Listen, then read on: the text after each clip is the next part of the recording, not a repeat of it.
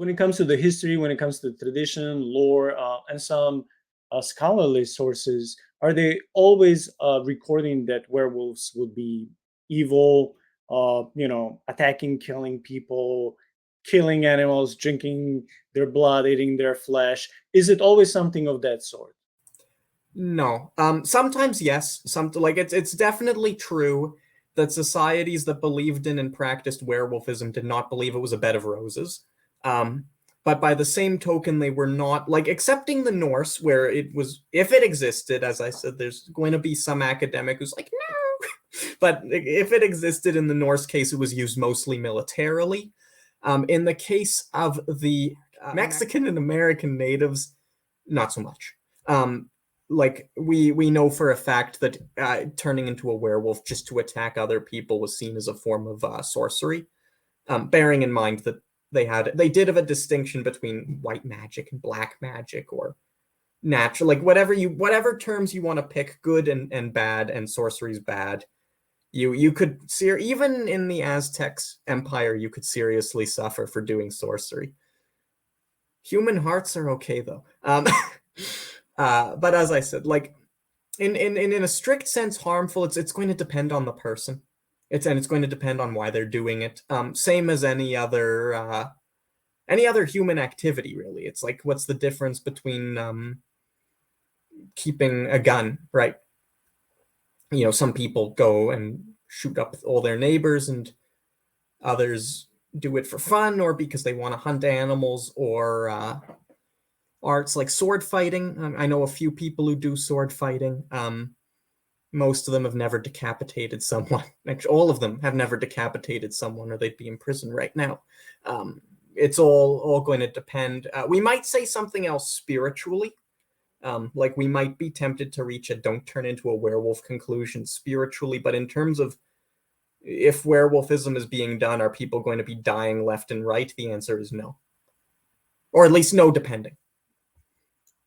Okay, so you said that you've been reading some scholarly sources which once when they mention werewolves, it wouldn't always end in a tragic way for any other person. Not, it doesn't mean that this transformation would always happen because there's a vengeance, or there's like a hunger like we see in movies and in novels, so the werewolf has to kill and eat. So it wouldn't, so in more scholarly sources that you've been dealing with, it doesn't always end with this, correct?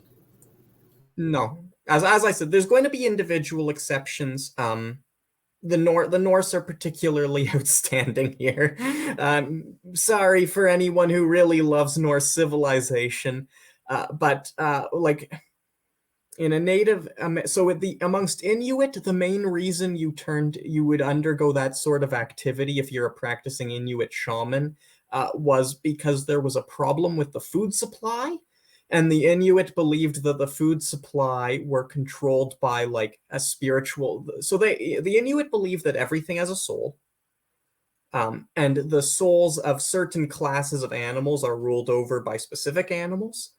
And the main reason you're going to do this if you're an Inuit shaman is not because you want to go out savaging people, but because you want to find the king of the local food supply, or a certain Inuit spirit called Sedna, who we can push to the side for the moment. We're going to come back to her because I think we want to touch briefly on Dogmen, and she shows up there. But Sedna, and you're basically going to be like, so, about that food supply. Southern Mexican natives and American, bit more different. There was a poorly documented, or increasingly well exposed, I should say, dispute about good werewolves in early medieval England.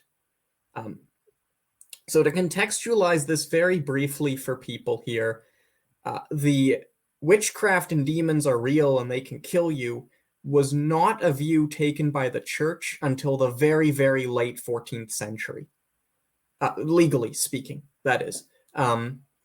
Like there's all sorts of demons running around and they're going to assault you. It's more of a Renaissance view, and very much so a Reformation view. People always talk about the witch trials as if they were medieval. That's not true. Most of them were between 1560 and 1660. and the portion that were before then were in the definite minority, at least in Western Europe. Different matter if it's Eastern Europe, but we can push that to the side for the moment. So because of this, there was a brief period early in, or sorry, I should say in the middle of the Middle Ages, so around the turn of 10,000 to about 1250, where a number of Christians did debate about werewolves, bringing up examples of werewolves who were completely harmless, for one, or even in some cases, very loyal servants of the monarch, or someone else. In the last case, that one's a romance. It's not a historical encounter, but it still testifies to an ongoing dispute.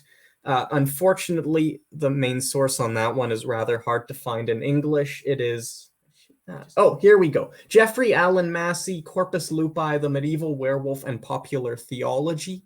I have some issues with that particular academic manuscript, but like very recent, and sort of talks about on disputes regarding werewolfism as an activity, and specifically comparisons between the werewolf and the Eucharist.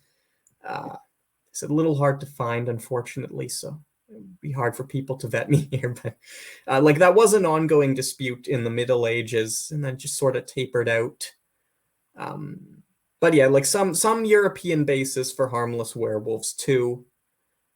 In the case of the Greco-Roman material, it's decisively harmless to the extent that we believe in it.